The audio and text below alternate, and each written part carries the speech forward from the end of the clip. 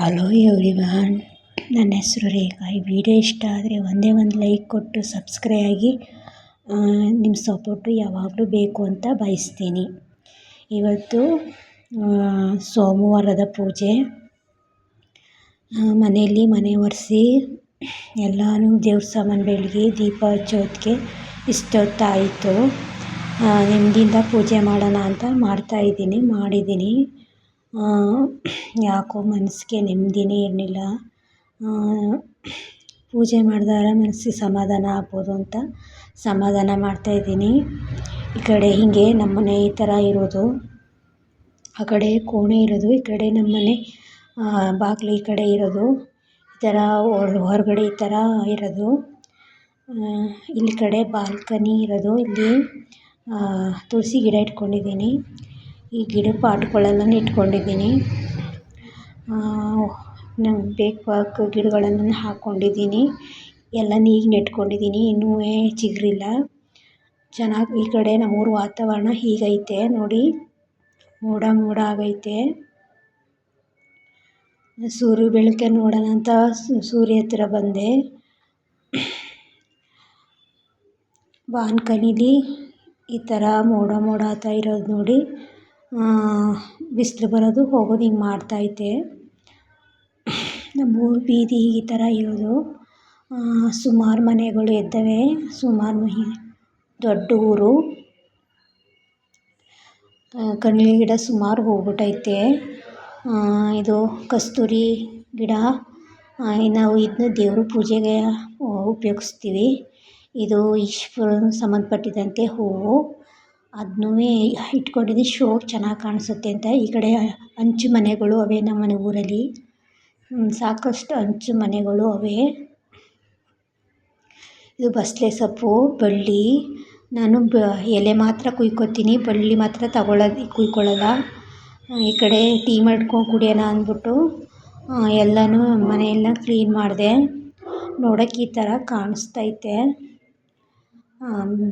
ಬಿಸಿಯಾಗಿ ಅಡುಗೆ ಮಾಡೋಣ ಅಂದ್ಬಿಟ್ಟು ತರಕಾರಿ ಸಾಮಾನು ತಗೊಬಂದರು ನಮ್ಮ ಮನೆಯವರು. ಸದ್ಯಕ್ಕೆ ಇಷ್ಟು ಇರಲಿಲ್ಲ ಅಂತ ಸಾಮಾನು ತಗೊಬಂದರು. ಸಕ್ಕರೆ, ಉಪ್ಪಿನಕಾಯಿ, ಅಚ್ಕಾರ ಪುಡಿ, ಧನಿಯಾ ಪುಡಿ, ಕೋಲ್ಗೇಟು, ಎಣ್ಣೆ ತಗೊಬಂದರು.